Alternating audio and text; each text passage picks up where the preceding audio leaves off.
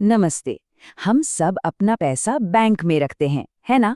लेकिन क्या कभी सोचा है कि बैंक उस पैसे का करता क्या है?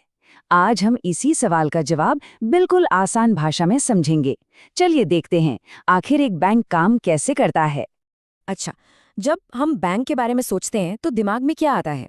एक एक बहुत बड़ा सेफ सा लॉकर या तिजोरी जहां हमारा पैसा बिल्कुल महफूज है। लेकिन क्या बैंक का काम बस इतना ही है? क्या ये सिर्फ एक सेफ डिपॉजिट बॉक्स है? चलिए इस आम सोच को थोड़ा सा चैलेंज करते हैं।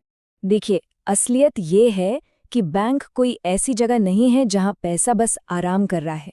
ये एक पूरा सिस्टम है, एक इकोनॉमिक इंजन की तरह सोचिए, जो पैसे को इकोनॉमी में घुमाता रहता है। सिंपल शब्दों में कहें तो बैंक आपके पैसे को काम पर लगा देता है। इस पूरे कॉन्सेप्ट को आसानी से समझने के लिए हम इसे 5 हिस्सों में देखेंगे। पहले, क्या बैंक सिर्फ एक लॉकर है? फिर, जब हम पैसा बैंक में जमा करते हैं तो उसका होता क्या है? उसके बाद, बैंक का ये पैसा गो राउंड क्या चीज है? चौथा, इंटरेस्ट का पूरा खेल क्या है? और आखिर में, सबसे जरूरी, वो क्या चीज है जिस पर ये पूरा सिस्टम टिका हुआ है? तो चलिए शुरू करते हैं अपने पहले सेक्शन से और इस सबसे बड़ी गलतफहमी को सबसे पहले दूर करते हैं। तो आम सोच कहती है कि बैंक एक तिजोरी है, लेकिन असलियत ये है कि बैंक एक ब्रिज यानी एक पुल की तरह काम करता है। सोच के देखिए, ये उन लोगों को जोड़ता है जिनके पास अभी एक्स्ट्रा पैसा है, उन लोगों से जिन्हें फिलहाल पैसे की जरूरत है। बैंक पैसे को एक जगह बंद करके नहीं रखता, बल्कि उसे पूरी इकोनॉमी में सर्कुलेट करता है। ओके, तो अब जब हम ये समझ गए हैं कि बैंक एक ब्रिज है, तो अगला सवाल ये उठता है कि जब कोई अपना पैसा इस ब्रिज के एक तरफ रखता है, यानी बैंक में जमा करता है, तो आगे उसके साथ होता क्या है? इसको समझने के लिए ना एक बहुत ही सिंपल सा एग्जाम्पल लेते हैं। मान लीजिए ये प्रिया है। प्रिया ने अपनी सेविंग से 10,000 रुपए इकट्ठा किए और उसे अपने बैंक अकाउंट में जमा कर दिया, बिल्कुल वैसे ही जैसे हम और आप करते हैं। लेकिन अब आता है असली सवाल। जैसे ही प्रिया के 10,000 रुपए बैंक के सिस्टम में पहुंचते हैं, बैंक उन पैसों का करता क्या है? क्या वो उन्हें प्रिया के नाम की एक बॉक्स में बंद करके रख देता है? बिल्कुल नहीं। यहाँ से चीजें काफी इंटरेस्टिंग हो जाती हैं। बैंक प्रिया के पूरे 10,000 रुपए अपने पास नहीं रखता। वो इसका एक बड़ा हिस्सा, चलिए मानते हैं 8,500 रुपए, लोन देने के लिए अलग कर देता है। और एक छोटा सा हिस्सा, जैसे 1,500 रुपए, वो अपने पास रिजर्व में रखता है। तो ये रिजर्व फंड क्या चीज है? ये बहुत जरूरी है। ये वो पैसा है जो बैंक हमेशा कैश में अपने पास रखता है। ऐसा इसलिए ताकि जब प्रिया जैसे कस्टमर्स को अचानक अपने पैसे की जरूरत पड़े तो बैंक उन्हें फौरन दे सके। ये कस्टमर की सुविधा और सुरक्षा के लिए है। तो अब हमें पता है कि प्रिया के 10,000 रुपए में से 8,500 रुपए आगे लोन देने के लिए तैयार हैं, और यहीं से बैंक का वो असली पैसा गो राउंड शुरू होता है। अब पिक्चर में एंट्री होती है रोहन की। रोहन एक स्टूडेंट है और उसे अपनी पढ़ाई के लिए एक नया लैपटॉप खरीदना है, लेकिन उसके पास पूरे पैसे नहीं है, उसे लोन की जरूरत है। तो अब देखिए वो ब्रिज कैसे काम करता है। स्टेप 1, प्रिया ने अपने एक्स्ट्रा पैसे बैंक में जमा किए। स्टेप 2, बैंक ने उन्हीं पैसों में से रोहन को लैपटॉप के लिए लोन दे दिया। और स्टेप 3, रोहन ने उन पैसों से लैपटॉप खरीद लिया। देखा आपने, प्रिया का पैसा लॉकर में बैठा नहीं रहा, बल्कि उसने रोहन की जरूरत पूरी कर दी। और ये लाइन, ये पूरी कहानी को एक सेंटेंस में बता देती है। बैंक का मूल काम ही यही है, डिपॉजिटर्स जैसे प्रिया और बोरोवर्स जैसे रोहन, इनके बीच एक मजबूत पुल बनाना। बैंक पैसों का फ्लो बनाए रखता है। लेकिन एक मिनट, ये पूरा काम बैंक क्यों कर रहा है? बैंक को इससे क्या मिलता है? और प्रिया को अपना पैसा बैंक में रखने का क्या फायदा? इसका जवाब है इंटरेस्ट के खेल में।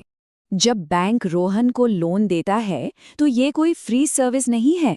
बैंक कहता है, रोहन आप ये पैसे इस्तेमाल कर सकते हैं, लेकिन जब आप इसे लौटाएंगे तो आपको थोड़ा एक्स्ट्रा पैसा देना होगा। ये जो एक्स्ट्रा पैसा है, इसी को इंटरेस्ट या ब्याज कहते हैं। इस टेबल से पूरा कॉन्सेप्ट एकदम साफ हो जाएगा। मान लीजिए बैंक रोहन से उसके लोन पर 8% इंटरेस्ट लेता है। ये हुई बैंक की इनकम। अब इस 8% से बैंक प्रिया को उसके डिपॉजिट पर लेट्स से 6% इंटरेस्ट देता है। ये हुआ प्रिया का फायदा। और बीच का जो 2% बचा, वो है बैंक का प्रॉफिट, जिससे वो अपने खर्चे चलाता है और कमाई करता है। तो देखा, ये एक तरह की विन विन विन सिचुएशन बन जाती है। रोहन की जरूरत पूरी हो गई, प्रिया को अपने पैसे पर घर बैठे रिटर्न मिला और बैंक ने इस पूरे प्रोसेस को मैनेज करके अपना प्रॉफिट भी कमा लिया। यही इंटरेस्ट का सिंपल सा साइकिल है जो पूरे बैंकिंग सिस्टम की गाड़ी को चलाता है। अब तक हमने पैसे का आना, जाना और उस पर इंटरेस्ट का लगना समझ लिया। लेकिन एक बहुत बड़ा सवाल अब भी बाकी है।